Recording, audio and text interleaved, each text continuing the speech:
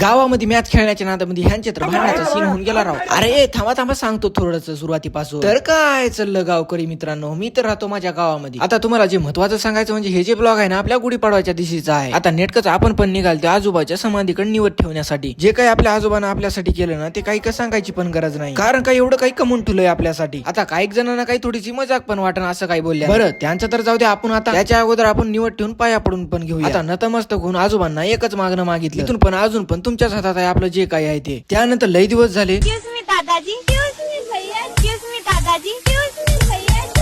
आपल्या गावातल्या वानखेडे स्टेडियमवर कान्याकोपऱ्यातून गावातली पोरं पार जमा झाली. आता इकडून तिकडून कान्याकोपऱ्यातून तर जमलेत, तर मेन म्हणजे मॅच खेळायची बेपत्ता. हे तर मॅच खेळण्या अगोदर जे कुणी एकाला असं चिडून घेत होते ना, मेन म्हणजे 2-3 वर्ष काही भेटलेच नव्हते. तितक्यात मॅच लावण्यासाठी लगेचच बोली पण आली आणि नम नम करता तितक्यात भावानं काय म्हणलं ते पण बघून घ्या.